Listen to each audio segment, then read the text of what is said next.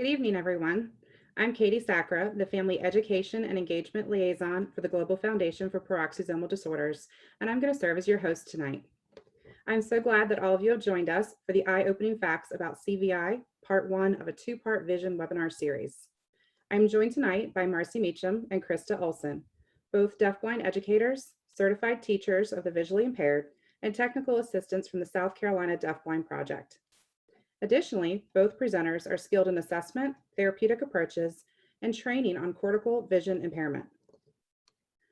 For those participating who have a peroxisomal disorder, have a child with a peroxisomal disorder, or are a professional working with individuals with a peroxisomal disorder, I think it's important to note tonight that at this point in time, cortical vision impairment, or CVI, is not a diagnosis that has been recognized by the scientific community as a prevalent diagnosis for affected individuals within our population. Therefore, currently, its prevalence isn't well established for individuals with a peroxisomal disorder. Parent reporting indicates some individuals with peroxisomal disorders have and continue to be receiving a CVI diagnosis from their local providers. CVI can often be a challenging diagnosis to assess and identify, involving essential processes to do so. Today, we hope to help you better understand how the diagnosis of CVI is determined. Additionally, you will learn about the anatomy of the eye and known eye conditions diagnosed in patients with peroxisomal disorders. Before we get started, I just have a few important notes. I will keep everyone muted during the presentation in an effort to improve everyone's ability to hear our presenters. We will take your questions throughout the webinar, so please go ahead and submit questions throughout. Don't wait until the end to submit them. You may submit your questions at any time during the webinar in the box located beneath the webinar player window. Your questions will remain anonymous and will be monitored throughout, so the presenters may choose to stop and answer your question, or maybe wait until afterwards, when we also will have a little bit of time to answer and have some discussion. New to the GFPD webinars, we will occasionally be posting a poll. I'm hoping that you guys see a pop-up. It looks like people are answering, so that feature is definitely working. It's been up for a few minutes, but know that there's going to be polls throughout the webinar tonight, and you're going to have about 20 seconds to select a choice, and then I'll show you the results. And please just remember that these are going to be obtained and shared anonymously.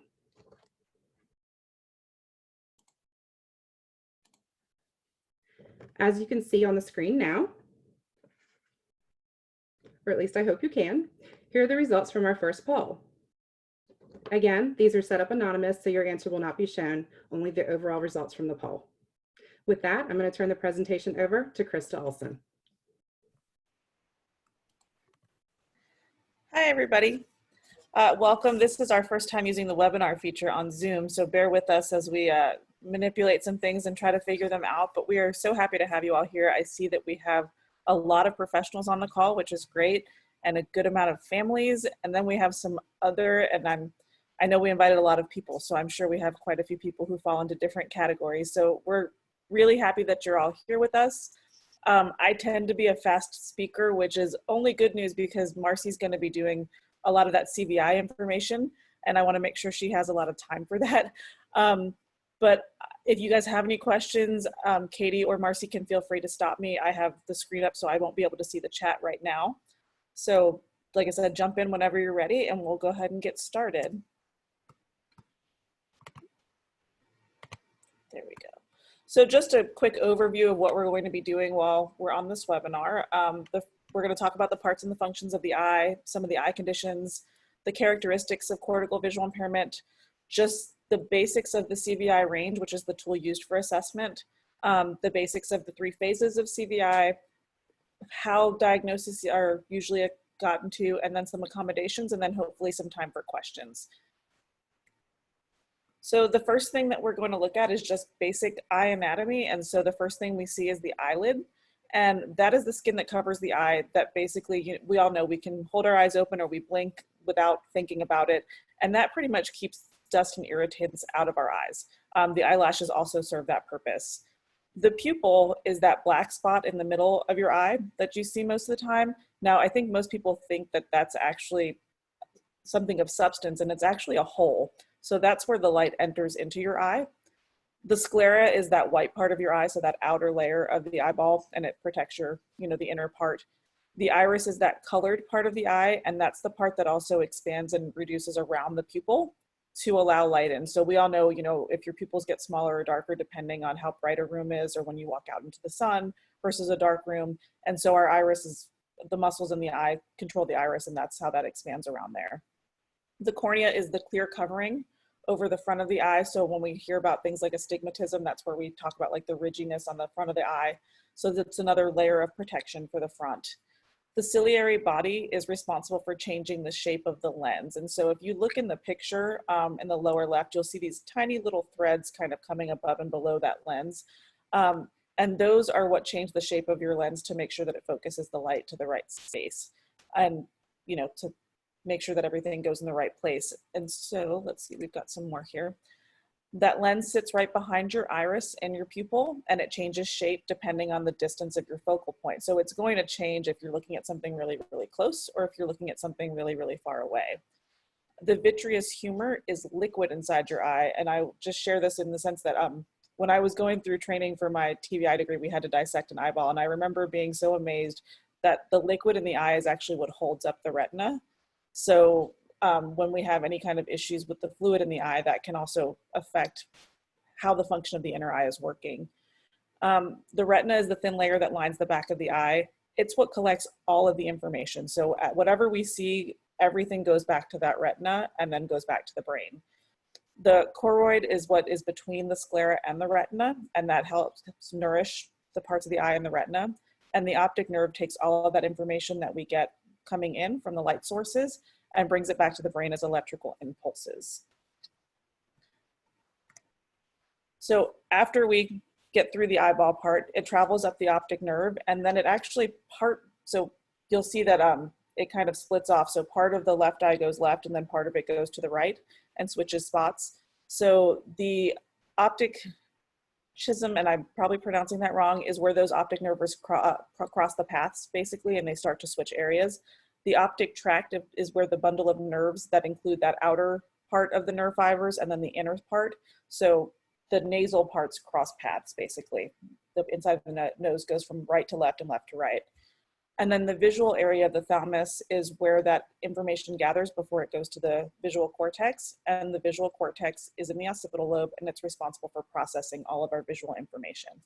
And this is really important when we get to the CVI component as well. So you're going to see this graphic again, but this just kind of gives you a basic idea of that anatomy piece. I'm going to take us out of here to watch this video and then bring us back. So just bear with me for a second. It's a really short video just on how vision actually works. Vision works. In order for one to see, a light source is required. Without light, everything is black. The light emits particles called photons, which bounce off solid objects in all directions before eventually reaching the eye. In order to see well, the tissue that they go through must be transparent. First, the cornea, located at the front of the eye. Then, the crystalline lens behind the pupil. Then, the vitreous body in the middle of the eye. Finally, they reach the retina, the eye's photographic plate, stopping at the retinal pigment epithelium, where they set off nerve pulses. These pulses are directed towards the optic nerve.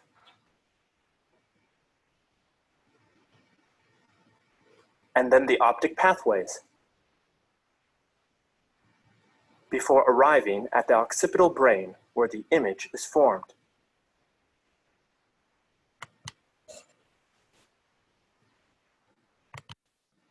Okay, so there. So that's just basics of how our eye receives information and how the brain processes it. The next thing we're going to talk about are eye conditions that are associated with peroxisomal disorders, and I believe we have a poll just to kind of see if any of you guys have had these diagnoses before, or your child.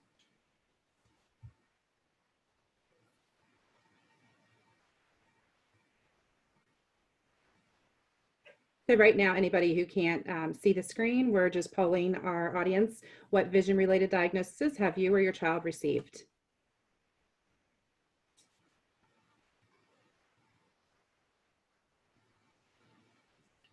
Okay, so I see we've got a lot of nystagmus, retinitis pigmentosa and retinopathy, nearsightedness and farsightedness, night blindness, which we'll talk about, but that's generally associated with retinitis pigmentosa as well, optic nerve abnormalities, and we actually have 27% of CVI. So that's good to know as we kind of move forward through this.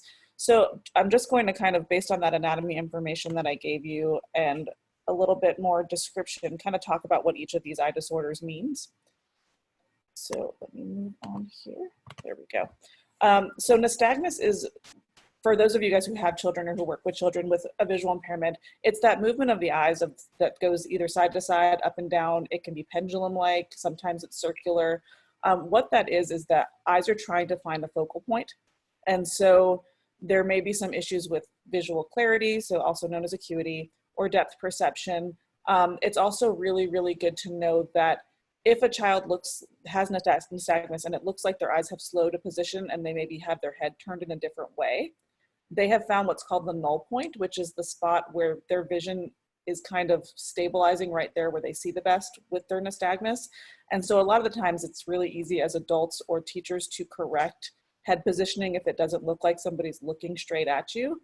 But for some of our kids, they've really learned how to accommodate for themselves and they have found their null point. And so if you find that they're maybe looking off center, that may be why. Retinitis pigmentosa, and this is, I think, a pretty common diagnosis in PBD or peroxisomal disorders, and this is a degenerative eye condition that causes the breakdown of the retina. So we remember that that retina is what's responsible for gathering all of that visual information. So as pieces start to degenerate off of it, we notice we're losing some vision. And so some of the characteristics that are part of that are night blindness, and that's typically what a lot of people notice first. Difficulty in low lighting, and then eventually the loss of peripheral vision. And so I gave you guys some examples for each of these just to get an idea of what somebody who might have retinitis pigmentosa might see. And so we see the normal vision, and then we see on the right in that left picture that we've got that periphery going. So we're looking at more like a tunnel vision. If you look at the picture of the light, or the right picture, it's a little spottier. And so it's just good to know that when we're looking at the degeneration of the retina, typically we're looking at outside in for retinitis pigmentosa, but we may see other parts kind of come off and have other blind spots or other issues with that as well. So there's definitely going to be some issues with clarity as well if we're seeing those blind spots. The next one is retinopathy or retinal degeneration. It's very similar to the idea of retinitis pigmentosa in that it's the damage or death of cells in the retina. So that, again, that tissue that gathers all of our visual information, depending on where your eye is affected. So if the degeneration is happening towards the central or different parts, you could see some field loss or blind spots. Depending on where the rods and, if it's hitting the rods and cones, you may see some color vision issues, some acuity issues, and again, light sensitivity or night blindness. Again, we have an image down here on the bottom. The girl is clear on the left side, and on the right side, you can see that there's some blind spots or fuzzy spots right in the middle. The next one is nearsightedness or myopia, and these are some of our common eye conditions. It's the reason that I'm wearing glasses right now. And this is for people who can see things that are clear when it's close to them, but not so clear when it's far away. So basically what they kind of describe that as is the eye structure itself, the eyeball is elongated. And so it's almost more like a football shape. And if you look in the image on the bottom left, it shows that when your eye is elongated like that, the light actually does not focus all the way to the back of the retina. It focuses a little bit in the front. And so with a concave lens, which is what most of us have in our glasses if we are nearsighted, it redirects that light to the back of the retina so that we can see clearly. And you can kind of see in that image the difference if you're wearing glasses versus not. So that's just the basics of nearsightedness. And then we have farsightedness. And so that's basically the opposite. So you can't see things that are close to you. So if you guys have ever had your eyes dilated, a lot of the times you get really blurry when things are close to you, and it's called short arm syndrome. You can't make your arms long enough to be able to see the text clearly. And so that's more of a shortening of the eye structure. So the eye is a little bit more compressed. And so the light is actually focusing beyond the retina, so behind the eye. And that can be corrected with a convex lens. And that's if it is correctable, these eye conditions. And sometimes we have other factors that may make glasses not helpful or may not be able to correct you to 20/20. But generally, this is what we're looking at in terms of nearsightedness and farsightedness. The next one is night blindness, also nyctalopia, and that's just difficulty seeing in low lighting. And so you can kind of see in the image below the left side, even though it's a nighttime image with the street lights on, you can see kind of there's a car there, you can see there's a building. On the right side, that's a completely different picture. You can see the reflection a little bit off the car.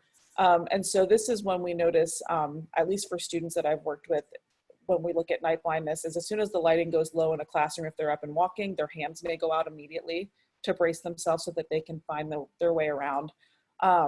Or we may start not seeing steps and things like that. And so if you notice that a child starts to get a little bit more apprehensive in that low lighting, that may be part of that eye condition.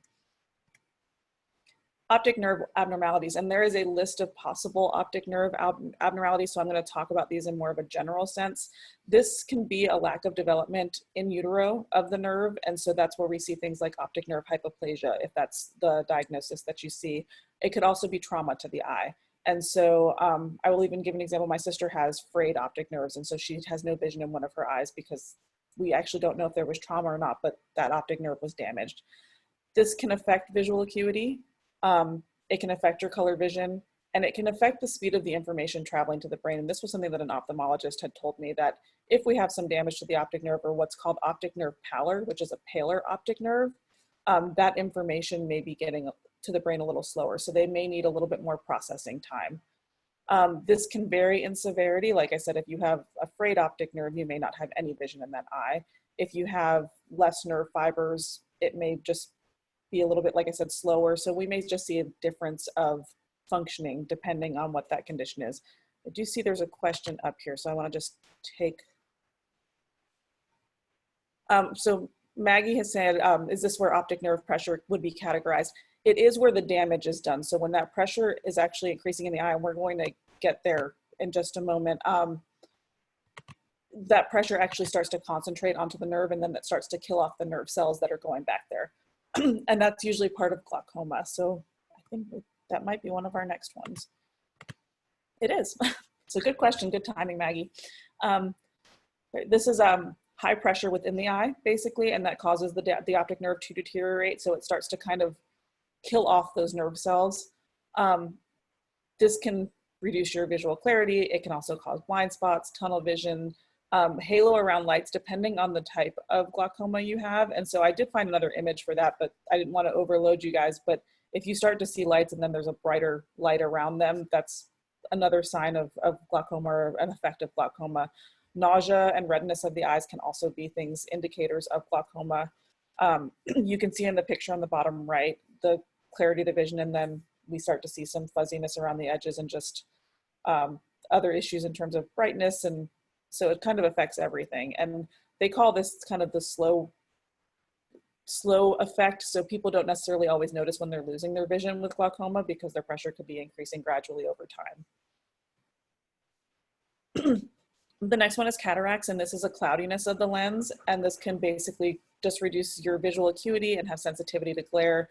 So you'll kind of see the difference in the picture on the bottom left where there's a clear normal lens, and then we have the clouded lens, so it starts to look, it's not as transparent anymore. And the effect on the right is that we're going to see a lot more kind of blurriness in the picture. And I think we have another, there we go, we're going to talk about CVI next. So it says how many are familiar with the term CVI, or cortical visual impairment, and what it means.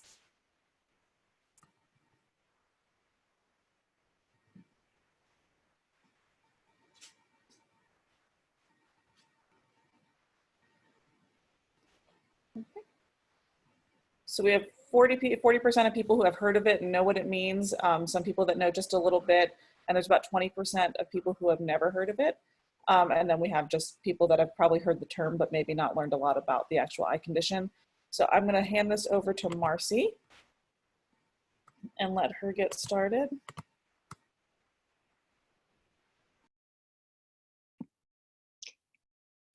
Hello. I hope you all can hear me. Kristen, nod. Good. Thanks. Right now we're going to talk about cortical visual impairment and what it is. And it sounds like some of you are familiar with it and some aren't. Basically, it's damage to the visual cortex and visual pathways. And there's a really good paper on CVI, on AFB, the American Foundation for Blindness, and it talks about impaired vision due to bilateral dysfunction of the visual cortex. And it can exist or coexist with other ocular conditions or ocular motor disorders. And it can also be caused by perinatal brain dysfunction, or it can be caused by trauma. And approximately 30 to 40 children who have visual impairments the main reason is CVI. It is the leading cause of visual impairment in the Western world. So typically what happens is the eye may appear normal, and you can have a normal eye exam, or your child can, but the parents report that the child is visually unresponsive, and there doesn't seem to be any account for the lack of vision. So like strabismus or nearsightedness does not account for that unresponsiveness to visual targets. So in CVI, the brain does not recognize or interpret the visual image sent to it. And the range of children with CVI, it can be from children who have other neurological disorders, such as damage to the brain. It could have CP be another coexisting condition. Seizures can be another coexisting condition. So Chris Roman, who is like one of the leading experts in cortical visual impairment in the country and probably internationally, says that CVI is a term that can be used to describe a condition when a child's visually unresponsive, but they have a normal eye exam, and that eye exam can't explain their lack of visual functioning. So what do we do? How do we diagnose this? We have to use a list of characteristics, which Chris Roman has developed, and we'll get into that in just a second here. All right, so here's the visual pathways, and the optic nerve sends the image along the visual pathways to the visual cortex. In CVI, they can't interpret that information or image. And why? Usually it's because there's a neurological condition that causes damage and prevents the brain from understanding or interpreting the visual information. So, what are the red flags? Typically, parents can report, oops, I think we're not sure why this is not going back. There we go. Sorry, I'm a little slow-mo here. I'm not sure why my computer's lagging. Parents report that the child isn't looking or is visually non-responsive.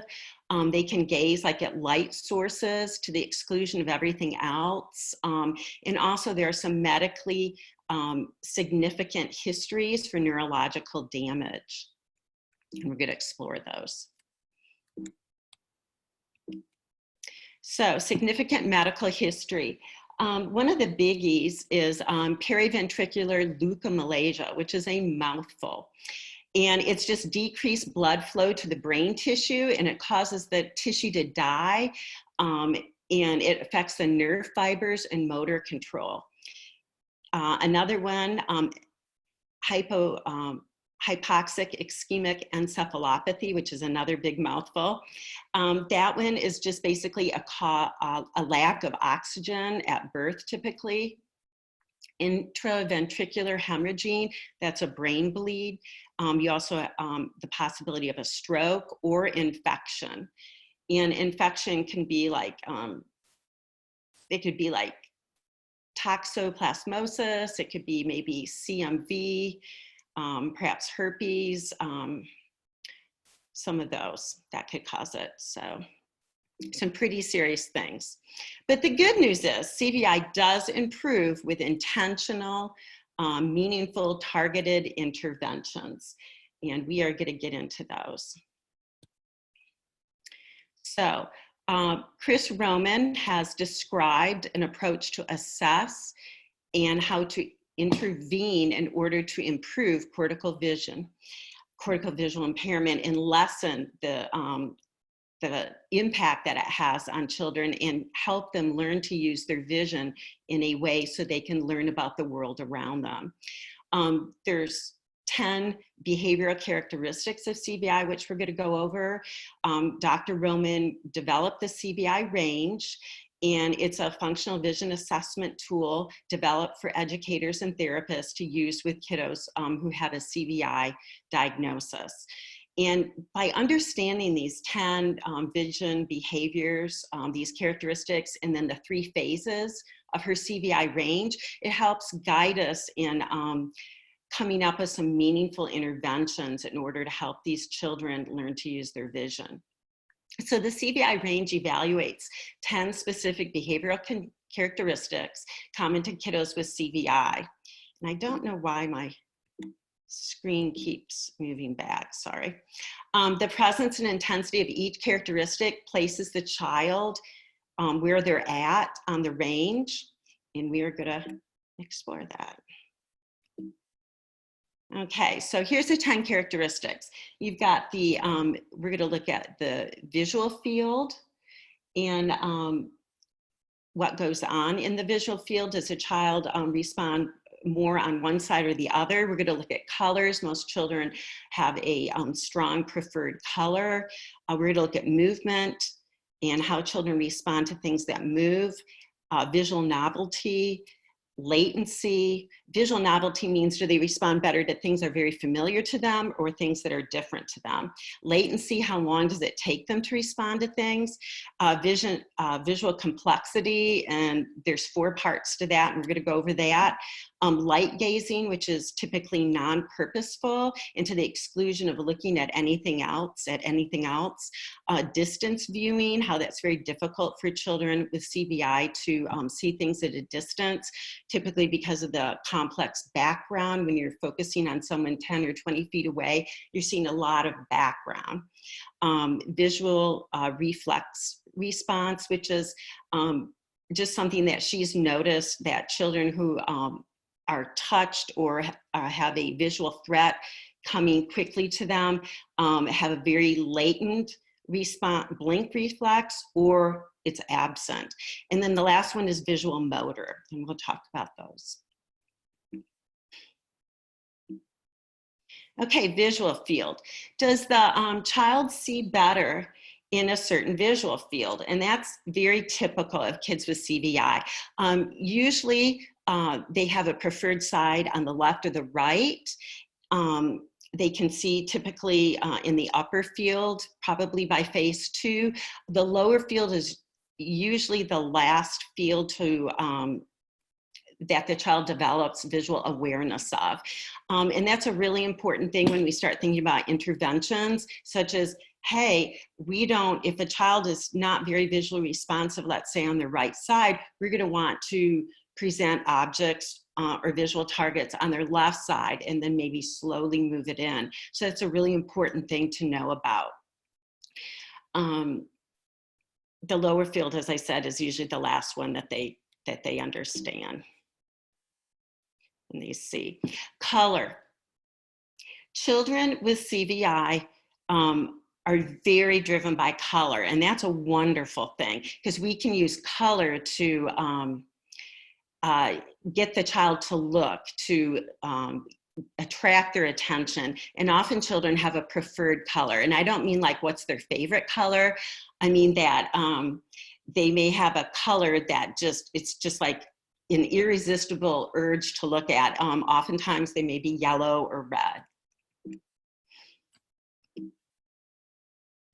Movement. Does movement jumpstart the child to look? Typically on the periphery. I call it the saber-toothed tiger effect. And basically what that means is that movement in our periphery is stimulates our vision, and it's like a protective response. If you see something on the side of your vision, you're going to look real quickly to see what it is or what's sneaking up on you. And so if we can encourage the child to look by bringing things in the periphery maybe and gently moving them and bringing them slowly to the front, that's going to help a child be more aware and see that thing than just presenting it right in front of them using their central field of vision. Usually we use just real slow movements. If they're too fast, it's not as effective, but slow movements without any sound. Oftentimes, shiny or reflective things mimic movement, and so that's a great way to get a child to look. Marcy, this is Krista. I'm just going to jump in really, really quickly. Another characteristic that we see for kids that are attracted to movement is head rocking. So if you think about it, if there's a stationary object in front of you and you can't see it, but you know there's something there, if you move your head side to side, you've created movement through your head. And so that's another thing that we see a lot of children with CVI do, is do that kind of head movement because it helps them see what they're trying to look at. Another one of those behaviors that a lot of people might try to stop, but it's really them accommodating for their vision. Sorry, Marcy, I'll mute myself again. No, that's a great thing to bring up. That's absolutely right. And we should encourage it. Visual novelty. Oops, did we miss one, y'all? No, we're right here. Visual novelty. Does the child prefer familiar over new items or toys? And most parents report that children with CVI prefer things that are very familiar to them because they understand them. It's something that they've been exposed to a lot, and they will look at that familiar item. They understand it. Their brain recognizes it and interprets, oh, that's my red cup. They're going to automatically look at that because it's a very familiar object, as opposed to using a green cup. If you're, at someone's house, they may not respond to that because it's just not a familiar item. And also, a lot of times, if they had a favorite blanket, a bright red blanket, they may prefer red as they get older, red objects, red toys, red cars, red clothes, just because they were exposed to and very familiar with a particular object. And most of us are hardwired to visually attend novel visual targets, new things. Those tend to grab our attention much faster than something that we're used to, but not with kids with CVI.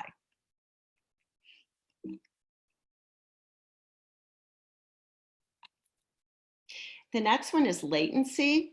And latency is a term that we use to talk about how long it takes a child to respond to a visual target or an object or a toy that we hold up to them.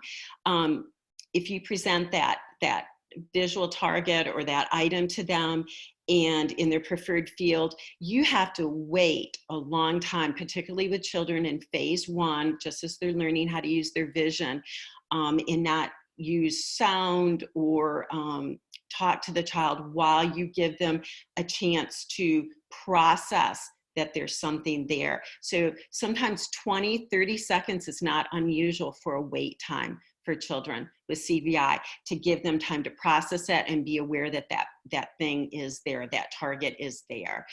And that's a real important thing to know. I think a lot of times 10 seconds seems like a long time, and really 20 or 30 seconds might be a better amount of time for our kids who are especially in phase 1.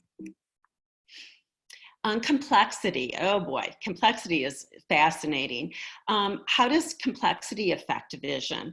This characteristic, there's actually 4 parts. There's complexity, visual complexity, which is complexity about objects or toys or a visual target. There's complexity of array, which means does a child respond better to just one item presented versus a whole shelf of toys. We're going to talk about complexity of faces and also the complexity of their sensory environment. Children with CVI typically, especially in phase 1 and phase 2, really have a hard time using their vision and focusing when they are listening to music, or someone is walking by them in the room, or you know, there's a vibrating toy going off that they can feel, or someone's rubbing or touching them. When they are so working hard to use their vision, it's not good to provide a lot of multi-sensory stimuli while they're trying to use their vision.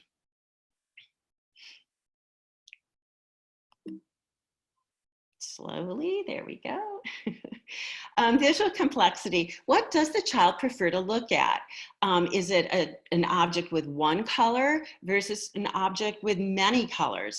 Is it an object with just one shape, like the oval balloon here, or is it an object with multi shapes, you know, circles, squares, triangles, ovals, irregular shapes? Typically, children with CVI, especially in phase 1, really prefer to use one color objects, or prefer to look at one color objects. It's easier for them to process and understand versus multicolor things, such as this cow toy here. It's challenging to see some of those objects and gets a busy background. A lot of times when kids are, there's too much visual complexity, they may fall asleep, they may turn their head, avert their gaze. They're probably visually overwhelmed. My favorite, complexity of array. You know, busy backgrounds, crowding, and distance are all in this picture, actually. This is very visually complex. There's too many items displayed. The items in the distance are lost because it's so visually complex. And also, if you show just one toy versus 5 toys on the floor, or on a tray, or on a table, most children in phase 1 or phase 2 of CVI are really going to appreciate it if they just have one object or one toy to look at. This is kind of overkill right now, but I really wanted to make that point. And sometimes you go into classrooms and they have, because they're classrooms and they want to be stimulating, there is a lot going on in them. And with kids with CVI, it's particularly important to make sure that they have an area that may have just a plain, simple background and not a lot of anything going on in it. So, and here, complexity of array. What is this? Does anybody see what's in here? It's a very complex background. There's only one item, but because it's such a complex background, it's very hard to see that pencil. As compared to here. And you can tell with this neutral background, it's much easier to see that pencil. A lot easier. For a kid with CVI, this would be the way to present something. And right here, again, we're using that complex background, but right here, there's a very, it's a bright color and it's much easier to see. So these are all different ways that we can help the child with CVI see, even when things are complex, or there's too many of them, or there's a real busy background. All right, complexity of faces. The next 3 slides on faces are from Ellen Maisel, who is an amazing person. I believe she's with Perkins, and she has some incredible PowerPoints and things that she does, videos that she does at the Perkins website. And she presented this as a slide, and oh my gosh, I just love this. Look how hard it would be for a child with CVI to interpret these faces. Granted, they have there's no you know, hair or distinguishing features right now, but it can be pretty hard to discriminate these 3 people. And a lot of times that's what our kids with CVI see. They just see that face without any real discriminating features. And then faces have expressions. This is the same person from the slide group. And look at this. that could be very, very challenging for our children to understand and be able to interpret. Is this person with the surprised expression the same person with a happy expression? It can be very hard for them. And a lot of parents report that their children do not give them eye contact or respond much to their face. And again, perspective. Face isn't the same person with different perspectives. Look at the different angles and how that could change and make it so much more difficult for a child with CVI to interpret who that is and identify that person. Very challenging. And then environmental factors. Multisensory input definitely affects the vision and a child's ability to use vision with CVI. If there's a lot of noise, the TV, music, musical toys, that can make it very hard for a child to concentrate on whatever visual task they're doing. If there's too much light from a different source, they may be drawn to that instead of looking at that object that you want them to look at. Vibration, strong smells, all of those things, tactile things, if somebody's touching them or rubbing them, you know, rubbing their shoulder or touching their knee, it might really distract them from being able to use their vision. And then here is light gazing. A lot of times, children with CVI have different reactions to light sources. They can visually attend exclusively to those light sources and not look at anything else. If they're looking at something and someone opens up a door and the sunlight pours in, they can be distracted and look away at that opening the door. If somebody opens up the blinds, turns on a lamp, they could be distracted by that. And a lot of times when they do gaze at light sources, it's non-purposeful. I mean, it's just almost like a trance. They're staring at it, and that can be hard to distract them from things. On the upside, you can use light, let's say over the child's shoulder, let's say a flashlight, and direct it on that item that you want them to look at. If it's in a dim room, it might help them like spotlight the item, and it might help them really focus in. And then distance viewing. How far away does the child see? And also, do they see things in the distance that are familiar versus, or do they see familiar objects much more readily than they do novel or unfamiliar objects? Do they see moving objects much quicker than they see, or much quicker than they see stationary objects in the distance? That can be really challenging for a child to view things from a distance, because you're increasing their visual array and a complexity of the background. And we are gonna show you what we mean. Right here, we have a gentleman walking in the park, and he's probably at a distance of, I don't know, about 20 feet from the person who took the picture. And then he gets a little closer, and you see that the visual complexity, the background behind him, is starting to get a little less. And then right here, hey, he's close enough. There's not a lot of visually distracting background to make it harder to identify that person. And a child might say, hey, that's Grandpa. And they'll be able to identify him. And that's, yes, because he is closer, but also because there's not a lot of complex or distracting information behind him. Visual array, or excuse me, visual reflex.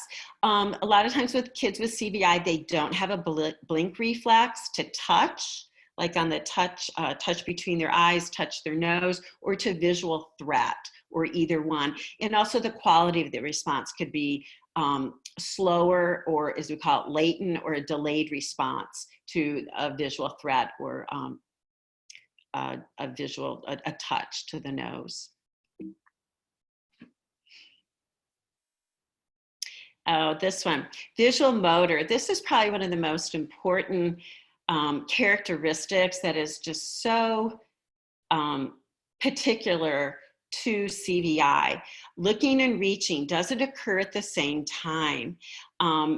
It's very unique to CVI. Often children look at something, and as they reach for it, they turn away.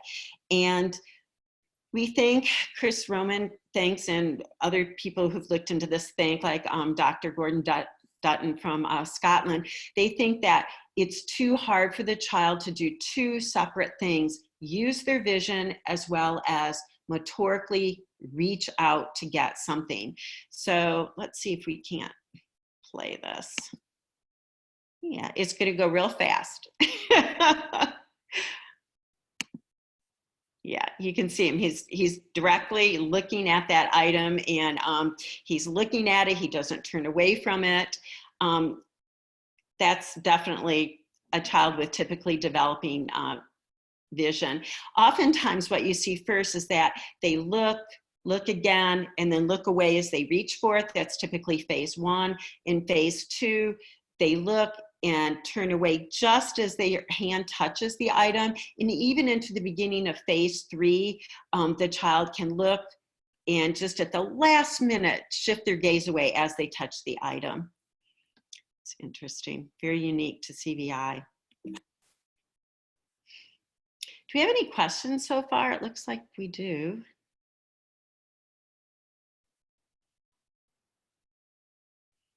Did we want to keep going, or?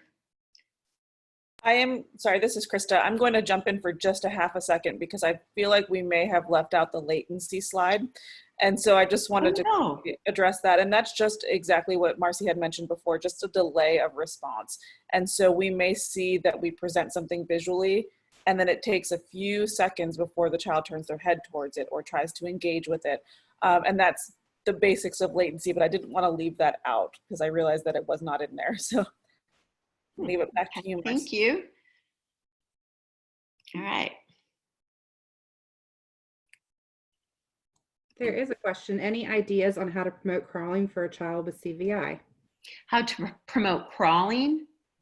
Crawling. I would think that it would be helpful to use familiar preferred items very close to the child. A lot of times kids don't like to be on their tummies when they have a visual impairment. It's harder to lift up their head, use their vision, all of those things at the same time. I guess I'd have to know if the child was, rolling over, moving at all, kind of depending where they are motorically. I would work with the PT as well as the TVI for that specific child in order to really understand what comes next. But using things, just putting things slightly out of their reach, maybe a bolster board to promote strength on their upper body. You could even put like a bolster and then put their hands and feet on either side with something near them, or support them underneath as they go. It just depends on how big the child is and where they are. And I just want to, because we have some parents on here that may not know, and one of the questions did come through, what is a TVI? So if you could share that, since you are a TVI. Okay. Teacher of the visually impaired, TVI. I know education has more acronyms than NASA, I think. Teacher of the visually impaired, it's someone who has gone to school and is a certified teacher of the visually impaired, and they are trained to assess and intervene and promote and implement IEPs and best practices and strategies for children with visual conditions and eye conditions. They can create and work with gen ed teachers and parents to devise accommodations and modifications of materials and make things visually accessible. This is all about helping children learn through making things visually accessible. And if they're completely blind, then of course tactually and or auditorily. That's a good question. I'm going to jump in one more time. This is Krista again. And there was a question earlier about a child holding their hand on their eye. and not experiencing pain, but maybe bothered by something. And so there's a couple of different explanations for that. If they're actually pressing on their eye, it's sensory stimulation. And so they may be trying to get a little bit of a light reaction or other things, and it's providing that kind of information. Sometimes kids do that also just to kind of filter out more information. So if they're covering one eye, it may just be that they're getting too much and it's a little bit of overload. And so if they're not applying any pressure, that may be the reasoning for that. Of course, an observation and a little bit more information would be, you know, if we knew the kid, we could certainly answer a little bit better. But those are two common reasons why kids do that. And I hope that helped answer that one. And I think, alrighty. And I think in the interest of time, we're going to keep it rolling because we technically have about 8 minutes left and we have a little bit more to get through. So I'm going to keep it going if that's okay, Marcy. Yes. CVI range, here we go. I apologize, there's a lag with my computer, not sure why. There we go. The CVI, what is CVI? What are the CVI? The range is an awesome tool created by Chris Roman. She divides the CVI, the characteristics and the amount of impact on a child's vision into 3 phases, phase 1, phase 2, and phase 3. In phase 1, minimal visual response. You're working on building visual behaviors and teaching the child how to look. Phase 2, the child's beginning to use vision to complete functional tasks. They're starting to maybe look at 2D objects, things like that. And in phase 3, the child is starting to, the CVI has less impact on them. They're moving from concrete objects to 2D. They're starting to look at words, perhaps beginning to read, and refining the impact of CVI on all 10 characteristics of it. And we're going to get into that a little bit more right here. Okay, learning to look. In phase 1, using vision in daily routines throughout the day, modifications to encourage looking in the environment and look to locate preferred objects or toys. And I'm going to quickly go to the next one because integrating vision, function and vision for phase 2. The purpose of this phase is to build functional use of vision. We want the child to start using their vision to manipulate objects, toys, things of that nature, and start to use their vision to play, to manipulate.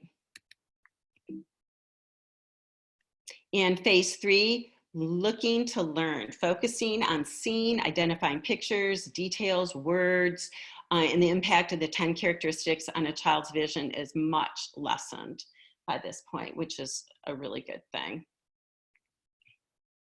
All right, in this phase, they can tolerate more sensory input, they can maintain a visual gaze, light isn't so distracting to them, they'll smile at familiar and unfamiliar faces. They can pick out their parents, maybe in a group of parents, and their vision is becoming more typical.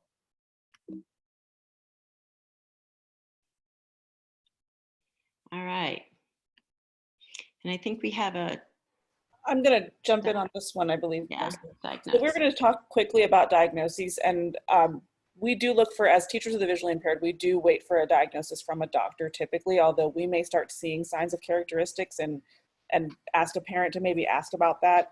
But this is basically when an optometrist or an ophthalmologist examines the eye, they listen to the parent, like what we were saying with Marcy before, where the parent is saying they're not attending to this visually.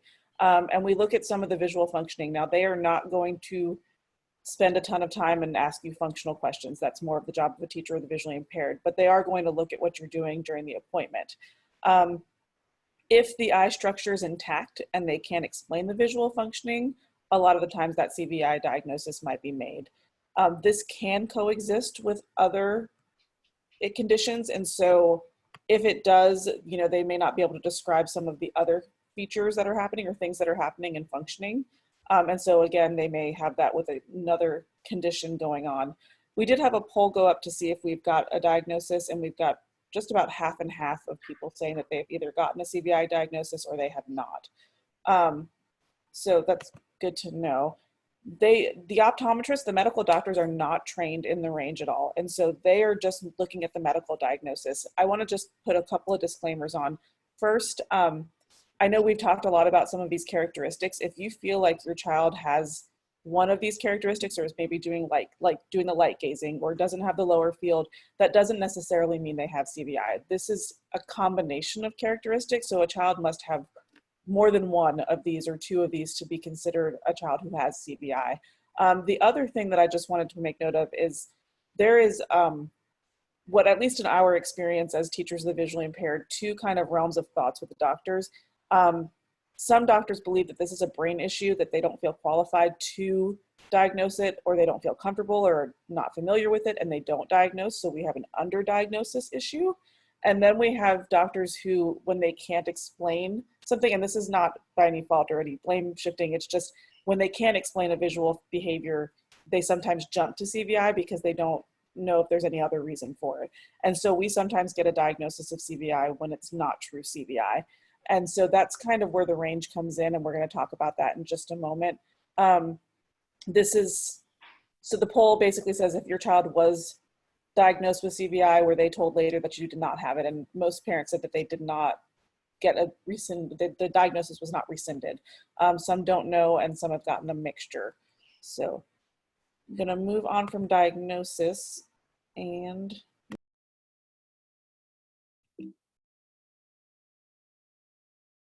Okay, so for the CVI range, what tools are needed?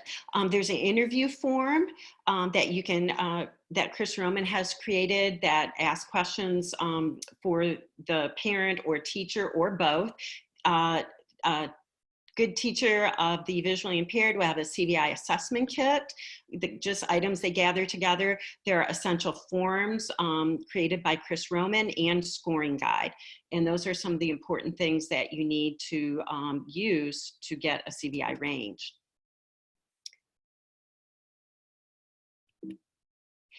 The process, there's an interview with a teacher or parent. We use observation and direct assessment. And here is just an example of part of the CVI range essential form. There's a O for observation, I for interview, D for direct assessment. And we ask these questions from the parent. We ask the questions of the parent or the teacher, or we observe it, or we directly assess it. So it's just an example. I wanted to share that with y'all. And CVI accommodations. I'm going to go through these real quickly. Some very common strategies that we use with kids with CVI. Use single colored objects or visual targets, often red and yellow, are very preferable for kids, or really elicits their attention, their visual attention. Present objects on the left or the right.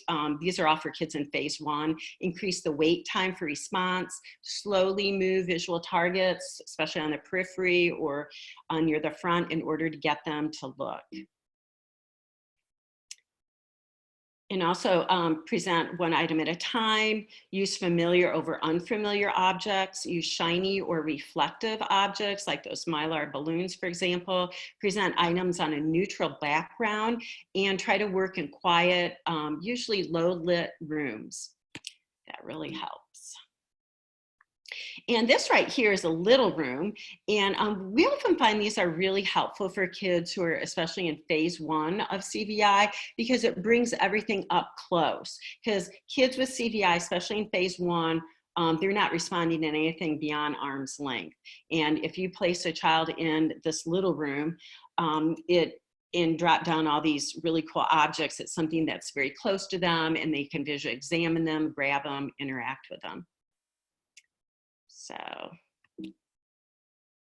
the APH and Visi board, this is an awesome thing, free with your taxpayer dollar if your child is on the census for on the APH census. they're registered with APH, and they can order these things for your child if your child qualifies, and you can use it as a backdrop. You can put things on it. Very, very helpful.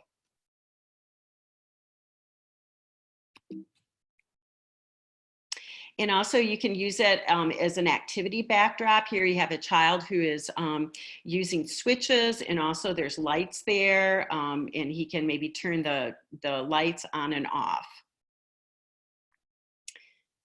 And it's really, it helps block off everything and really makes the colors pop. The APH All-in-One Board, American Printing House for the Blind, All-in-One Board.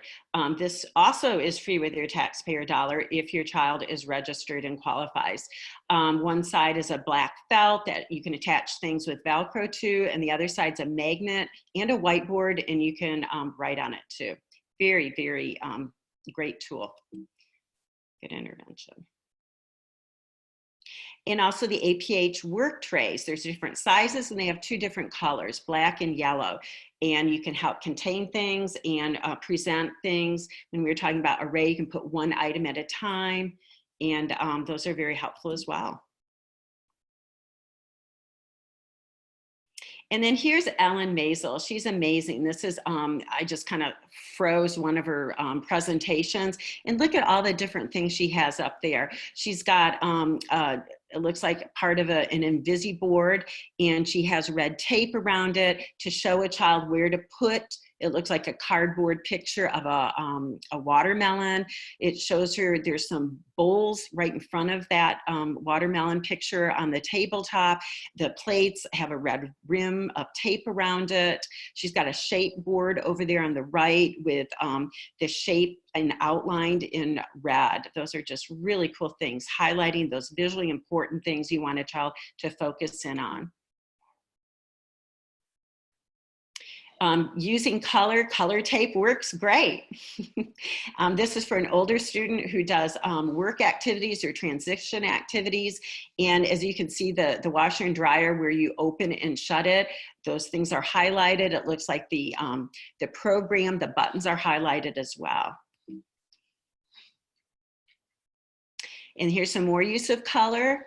Here's a clear container with, it looks like treats in there, and they have the lid outlined in red so the child knows where to put his hand in, grab something, or maybe put something in. And you use color on handles, doorknobs, openings. Very helpful. And then there's a video, Perkins video on assessing complexity, which we're not going to watch, but I wanted to give a shout out to Ellen Maisel because she's absolutely amazing. And these things are available at the Perkins website. And Marcy, I'm just going to cut in really quickly. We'll have this PowerPoint available, so those links will be active when if you guys choose to download the PowerPoint, and you can actually watch these videos. Just wanted to give you a little heads up. Thank you. And then there's also another one on how to highlight and how it helps. And that's where I took that screenshot that I showed you a couple of slides ago by Ellen Maisel. She's incredible. Love that lady. And then also there's a really great one for kids as they enter phase 3 by Diane Shalene. And it's how to do bubbling and for kids who are starting to read, to help them recognize words by the outline and the shape. Just incredible stuff about CVI and literacy. And we have some resources, Acting Learning Space, which is, I showed you a slide on the little room, which is amazing, and CVI and active learning very much can go hand in hand. Paths to Literacy has amazing stuff on CVI, as well as just the generic Perkins School for the Blind. And also got to give a shout out to a Texas School for the Blind and Visually Impaired. They have incredible things on CVI. And I think, yeah, just Chris Roman's book, Cortical Visual Impairment, gets a second edition. And also she's written a new book, CVI Advanced Principles for Children, typically in phase 3 and beyond. And also O&M is in there, deaf blindness, he has a section on that. A Little Beer Sees, wonderful, wonderful website and book. And Vision in the Brain, Understanding Cerebral Visual Impairment, by Amanda Luke and Gordon Dutton. And I think that's it. Thank you so much, Marcy and Krista. Thank you. Go ahead and take a look at the question and answers. And also, there was a poll I think I'm going to go ahead and share as well, just for us to kind of have a good idea from our audience about the different services that are being received, and to see for our parents, I'm mainly asking this question about the functional vision assessment that should be done on our children. And it should be on your screen.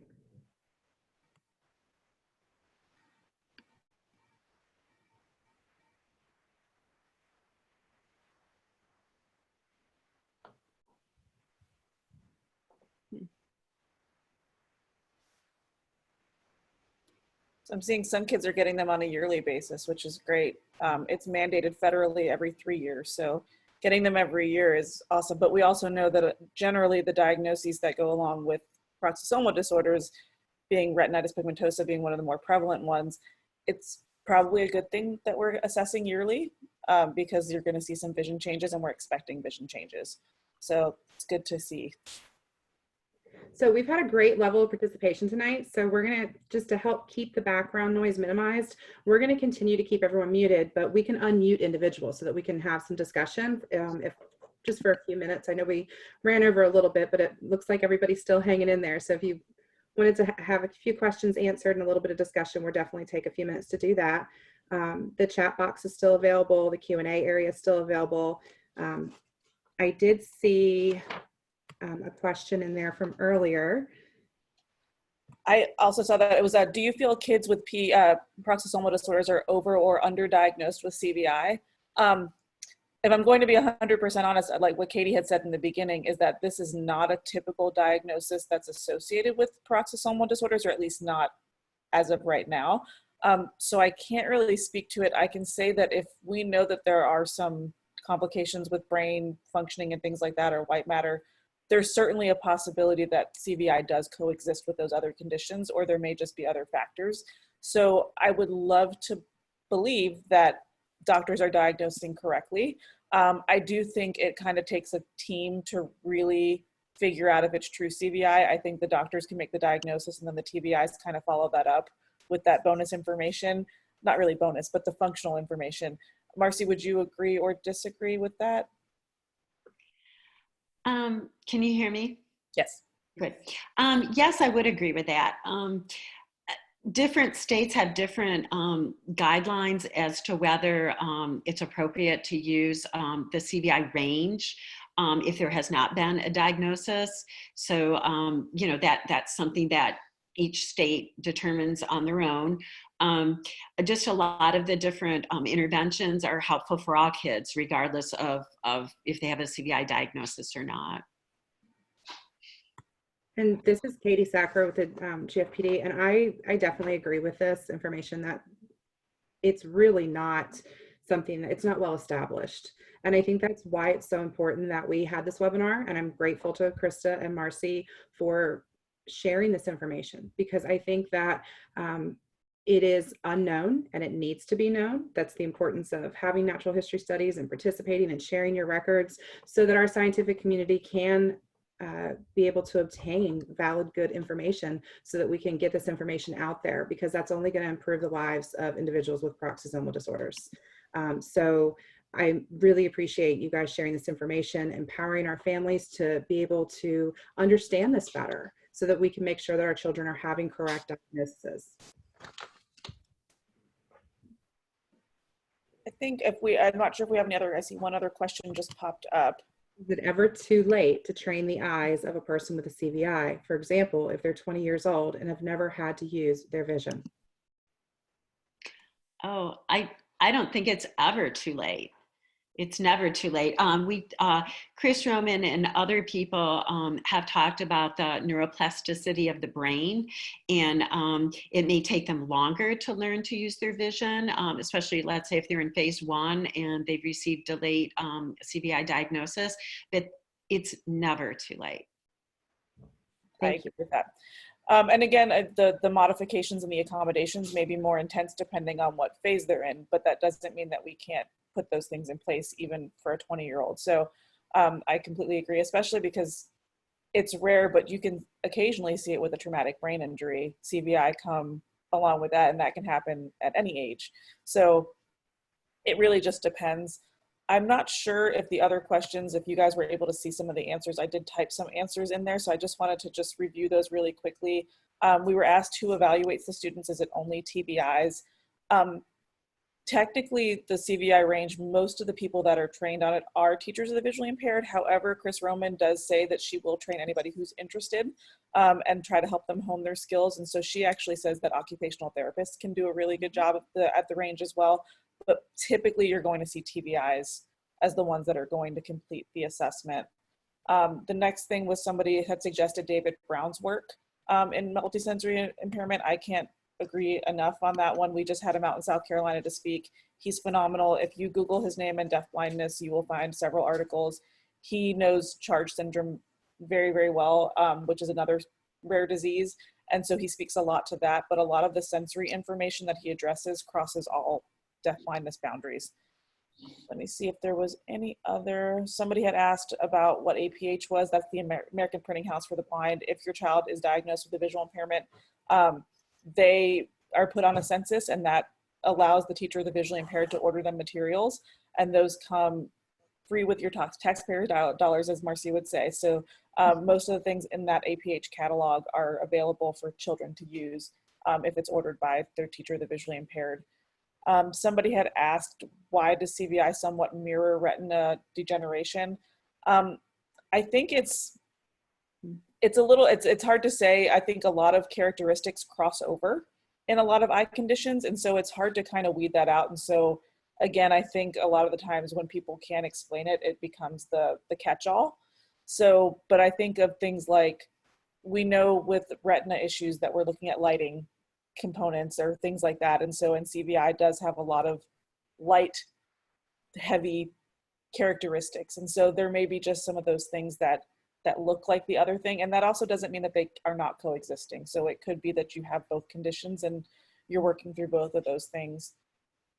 And I think that's really important. I want to jump in and emphasize that, Krista, because even when I was looking through ahead of time before we started today, and I saw the distraction from lights and the gazing at bright lights, that's a characteristic that we see in a lot of individuals with peroxisomal disorders. When we have our conferences, you see that the light up toys are so popular with our kids. So I think it's really important to note that that's one characteristic and how many of these can overlap. And that just really speaks to the complexity of being able to identify this as a correct diagnosis.